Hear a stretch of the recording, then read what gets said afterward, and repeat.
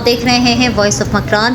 Deputy commissioner Kech نے registered گاڑیوں کی ری ویریفیکیشن کا عمل روک کر منسوخ کر دیا۔ منسوخی کا فیصلہ ڈپٹی کمشنر کیچ حسین جان بلوچ کی زیر صدارت ایک اجلاس کے دوران بارڈر رابطہ کمیٹی کیچ، بارڈر الائنس اور آل پارٹیز کیچ کے نمائندوں کی موجودگی میں باہمی مشاورت سے کیا گیا۔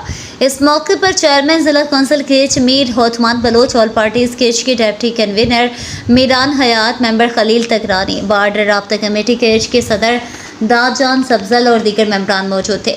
اجلاس کے دوران گاڑیوں کی صاف و شفاف ری ویریفیکیشن اور باکس گاڑیوں کو نکالنے سمیت ایک اور بارڈر پوائنٹ کھولنے کے حوالے سے بات چیت کی گئی اور تجاویز دی گئی۔ اس موقع پر ڈپٹی کمشنر کیچ حسین جان بلوچ نے کہا کہ سب کو پتہ ہے کہ رجسٹریشن کے دوران 40% باکس گاڑیاں رجسٹرڈ کی گئی ہیں۔